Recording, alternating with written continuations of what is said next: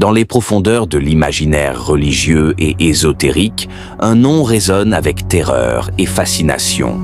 Belzébuth, ancien prince céleste, devenu l'un des plus puissants démons de l'enfer.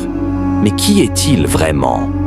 Belzébuth, dont le nom signifie « Seigneur des mouches », apparaît d'abord dans les textes bibliques comme Baal-Zéboub, dieu d'Écron.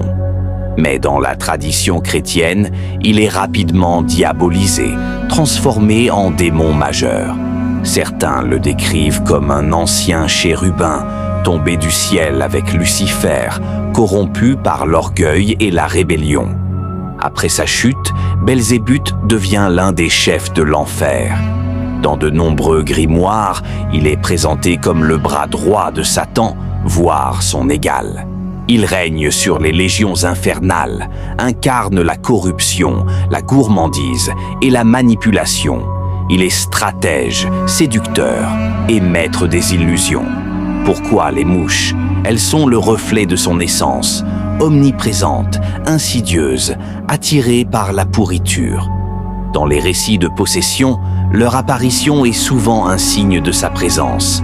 Elle symbolise la décomposition de l'âme, la souillure spirituelle. Dans la clavicule de Salomon, le dictionnaire infernal ou encore les grimoires médiévaux, Belzébuth est décrit comme un démon majestueux, à la voix grave entouré de feu et de mouches. Son sceau est utilisé dans des rituels interdits, souvent liés à la corruption de l'esprit ou à la recherche de pouvoir.